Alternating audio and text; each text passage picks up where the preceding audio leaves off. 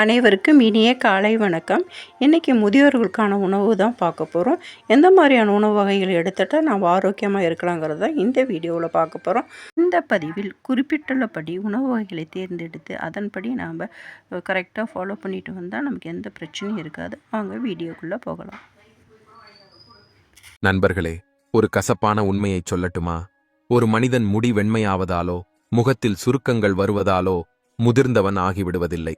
உண்மையில் அவன் கால்கள் ஒத்துழைக்க மறுக்கும் நாளில்தான் மனிதன் முதிர்ந்தவன் ஆகிறான். நீங்கள் ஒருபோதும் கவனித்திருக்கிறீர்களா? காலையில் தூங்கி எழுந்தவுடன் முதல் அடியை தரையில் வைக்கும் போதே குதிகாலில் ஒரு கூர்மையான வலி ஏற்படுகிறதா?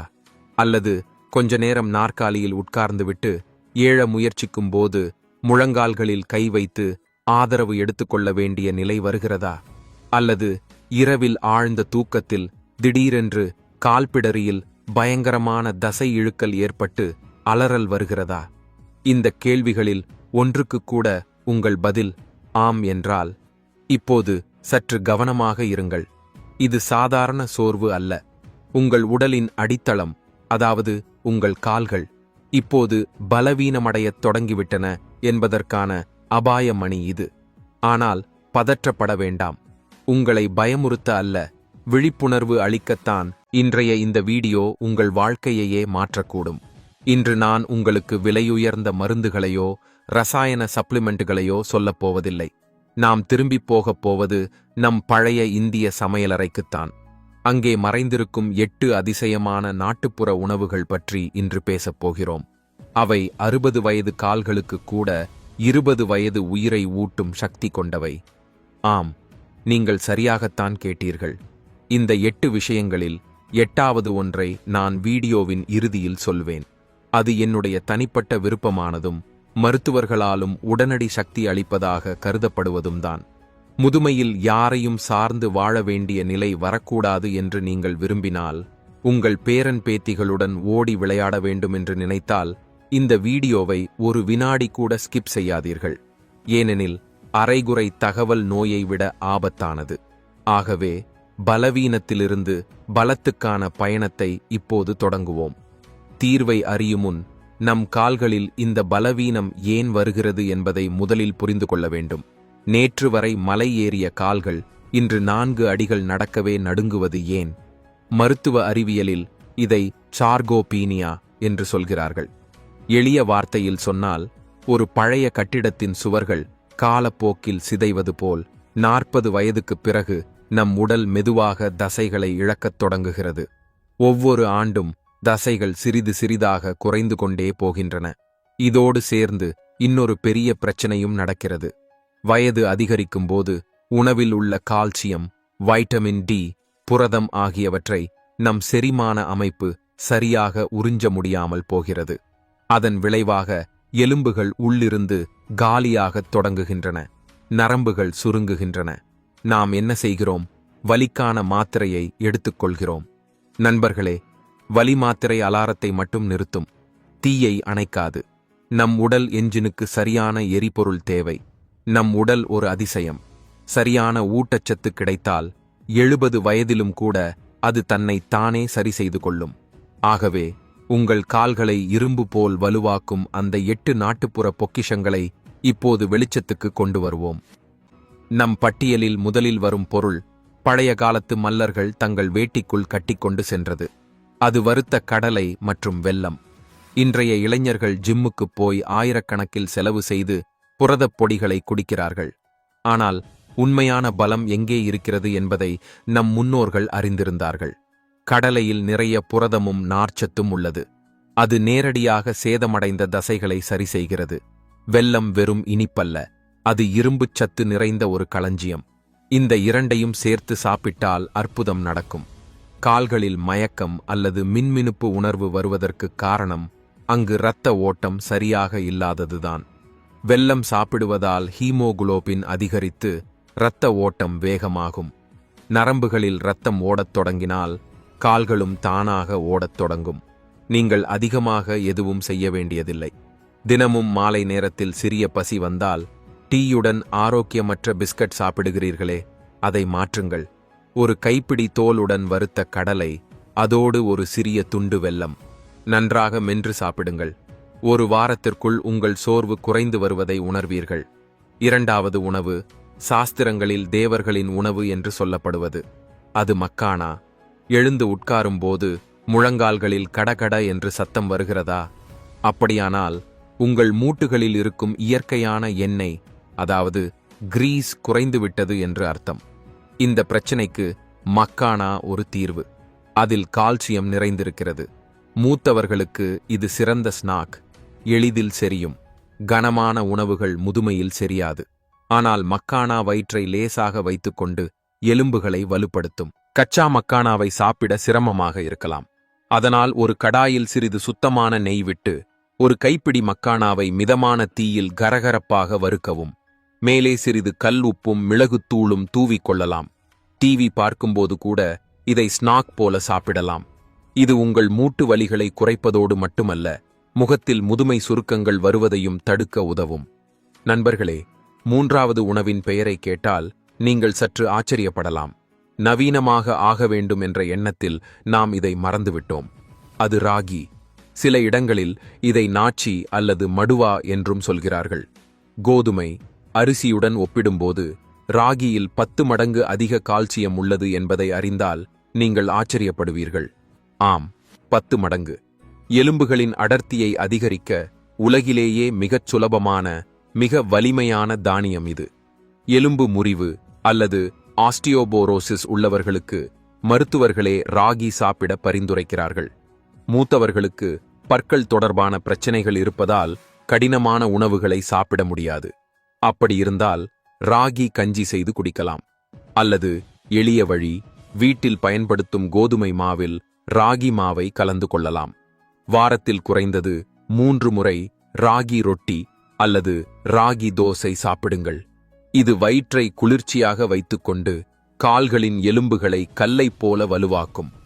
நான்காவது சூப்பர் உணவு நம் வீட்டைச் சுற்றியே வளர்கிறது. ஆனால் அதற்கு நாம் மதிப்பளிப்பதில்லை. அது முருங்கை. வெளிநாட்டவர்கள் இதை மிராக்கிள் ட்ரீ என்று சொல்லி அதன் பொடியை ஆயிரக்கணக்கில் விற்பனை செய்கிறார்கள். ஆனால் நாம் இந்தியர்கள் இதை புறக்கணிக்கிறோம். முருங்கைக்காயில் பாலை விட 4 மடங்கு அதிக கால்சியமும் ஆரஞ்சைப் போல 7 மடங்கு அதிக வைட்டமின் சியும் உள்ளது. ஆயுர்வேதத்தில் இது இயற்கையான வலி நிவாரணி என்று கருதப்படுகிறது. மூட்டு வலி, கீல்வாதம் போன்ற பிரச்சனைகளில் இது மிகவும் பயனுள்ளதாகும். கால் வலி இருந்தாலோ, யூரிக் ஆசிட் அதிகரித்தாலோ அல்லது கால்களில் கடுமையான வீக்கம் ஏற்பட்டாலோ முருங்கை ஒரு அமிர்தம் போன்றது.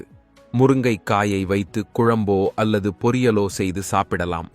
ஆனால் அதிகமான பயன் வேண்டுமென்றால் முருங்கை சூப் குடிப்பதே சிறந்தது. முருங்கை இலைகளையும் காய்களையும் தண்ணீரில் கொதிக்க வைத்து சிறிது உப்பு மசாலா சேர்த்து சூடாக குடிக்கவும். இந்த சூப் நரம்புகளில் ஏற்பட்ட அடைப்புகளை திறந்து உடலிலுள்ள வாயு தோஷத்தை வெளியேற்றிவிடும். ஐந்தாவது உணவு உங்கள் மூளை மற்றும் நரம்புகளுக்கானது. பல நேரங்களில் கால்களில் சக்தி இருக்கும். ஆனால் மூளையிலிருந்து கால்களுக்கு தகவல் கொண்டு செல்லும் நரம்புகள் பலவீனமடைந்துவிடும். அதனால் நடக்கும்போது கால்கள் தடுமாறும். இங்கே உதவுவது வால்நட் மற்றும் பாதாம். வால்நட்டின் வடிவமே மனித மூளை போல் இருப்பது ஒரு தற்செயல் அல்ல. அதில் ஓமேகா 3 கொழுப்பு அமிலங்கள் உள்ளன. அவை நரம்புகள் உலராமல் காக்கும். பாதாமில் உள்ள வைட்டமின் இ தசைகளை வலுப்படுத்தும். ஆனால் கவனியுங்கள், இவற்றை உலர்ந்தபடியே ஒருபோதும் சாப்பிடாதீர்கள். முதுமையில் செரிமான சக்தி குறைந்து விடுகிறது. உலர்பருப்புகள் உடலை சூடாக்கும். சரியாக செரியாது. இரவு தூங்குவதற்கு முன் 2 வால்நட் பருப்புகளையும் 4 பாதாம்களையும் தண்ணீரில் ஊற வைக்கவும். காலையில் எழுந்ததும் பாதாமின் தோலை நீக்கி காலியான வயிற்றில் நன்றாக மென்று விழுதாகி சாப்பிடுங்கள். இது உங்கள் கால்களுக்கு மட்டுமல்ல, உங்கள் நினைவாற்றலுக்கும் உறுதியான கவசமாக இருக்கும். ஆறாவது உணவு இன்றைய பலர் பயப்படும் ஒன்றுதான். அது சுத்தமான தேசி நெய். நெய் சாப்பிட்டால் கொலஸ்ட்ரால் அதிகரிக்கும், உடல் எடை கூடும் என்று பலர் நினைக்கிறார்கள். நண்பர்களே, அது அரை உண்மை. ரிஃபைன்ட் எண்ணெய் விஷம். ஆனால் மாட்டின் சுத்தமான நெய் மருந்து. ஒரு கதவின் குவியல் துருப்பிடித்து சத்தம் எழுப்பினால் அதில் எண்ணெய் அல்லது கிரீஸ் தடவுவோம் அல்லவா? அதேபோல் நம் முழங்கால் இடுப்பு மூட்டுகளும் குவியல்கள் போன்றதே. உடலில் உலர்ச்சி அதிகரித்தால் வலி ஆரம்பமாகிறது. நெய் மூட்டுகளுக்கு மென்மையை அளிக்கிறது. எலும்புகள் ஒன்றோடொன்று உரசாமல் காக்கிறது. நீங்கள் நெய் குடிக்க வேண்டியதில்லை. தினமும் ஒரு சிறிய கரண்டி நெய்யை சமைத்த உணவின் மேல், பருப்பு அல்லது ரொட்டியின் மேல் கச்சையாக ஊற்றி சாப்பிடுங்கள். அதை வேக வைக்க வேண்டாம். இப்படியே மேலிருந்து சேர்க்க வேண்டும். இது வாயுத்தோஷத்தை சமப்படுத்தும். ஆயுர்வேதத்தின்படி முதுமையில் வரும் 90% வலிகள் வாயுத்தோஷத்தினால்தான். அதை அமைதிப்படுத்தும் மிகப்பெரிய வழி நெய்தான். 7வது உணவு, ஒவ்வொரு இந்திய அம்மாவுக்கும் தெரிந்த பாரம்பரிய மருந்து, மஞ்சள் பால். ஆனால் அதைச் செய்யும் சரியான முறையை 90% மக்கள் அறியவில்லை.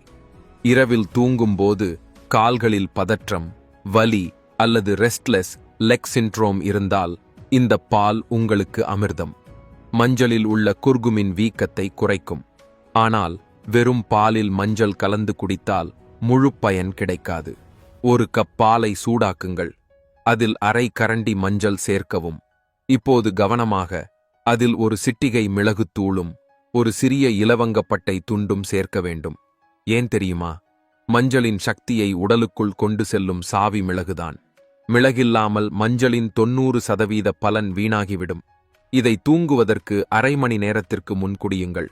காலையில் நீங்கள் இவ்வளவு புத்துணர்ச்சியாக எழுந்திருப்பீர்கள் என்று உங்களுக்கே நம்ப முடியாது. இப்போது என் தனிப்பட்ட விருப்பமான 8வது உணவின் முறை, பேரீச்சம்பழம். முதியவர்கள் அடிக்கடி சொல்லும் புகார் என்ன? மகனே, உடலில் தைரியம் இல்லை, உடல் சோர்ந்து போகிறது என்பதுதான். பேரீச்சம்பழம் இயற்கை கொடுத்த சக்தி காப்சியூல். இதில் பொட்டாசியம் மற்றும் மெக்னீசியம் நிறைந்துள்ளன. கால்களில் ஏற்படும் தசை இழுக்கலுக்கான மிகப்பெரிய காரணம் பொட்டாசியம் குறைபாடுதான் என்பதை நீங்கள் அறிவீர்களா? நாளில் எப்போது வேண்டுமானாலும் சோர்வு உணர்ந்தால் 2 பேரீச்சம்பழம் சாப்பிடுங்கள்.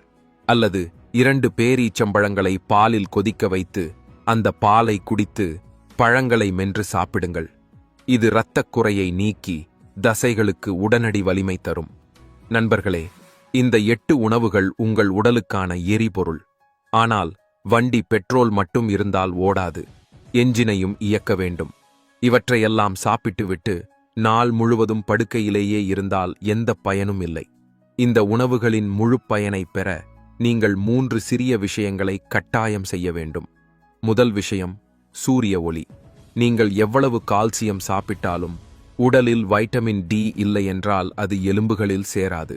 வைட்டமின் டிக்கான ஒரே மூலமே சூரியன். தினமும் காலை மென்மையான வெயிலில் 15 முதல் 20 நிமிடம் உட்காருங்கள். அது உங்கள் எலும்புகளை சார்ஜ் செய்யும். 2வது, சரியான அளவு தண்ணீர். முதுமையில் தாகம் குறைந்து விடுகிறது. அதனால் பலர் தண்ணீர் குடிப்பதை மறந்து விடுகிறார்கள். நினைவில் வைத்துக் கொள்ளுங்கள், நம் தசைகள் 75% தண்ணீரால் ஆனவை. தண்ணீர் குறைந்தால் தசைகள் இறுகிவிடும். நாளெங்கும் சிறு சிறு அளவாக தண்ணீர் குடித்துக்கொண்டே இருங்கள். 3வது, லேசான உடற்பயிற்சி. ஒரு மந்திரத்தை நினைவில் வைத்துக் கொள்ளுங்கள், இயக்கம்தான் மென்மை. நீங்கள் நகர்ந்தால் மூட்டுகள் திறந்தே இருக்கும். நின்றுவிட்டால் துருப்பு பிடிக்கும். நான் ஜிம்முக்கு போகச் சொல்லவில்லை. காலை மாலை 15 நிமிடம் நடைப்பயிற்சி போதும். நடக்க முடியாவிட்டால் படுக்கையிலேயே உட்கார்ந்து கால் விரல்களை வட்டமாக சுழற்றுங்கள். உடலை எப்படியாவது அசைக்க வேண்டும். நண்பர்களே, முதுமை ஒரு நோய் அல்ல. அது வாழ்க்கையின் ஒரு கட்டம் மட்டுமே. அது ஒரு எண்.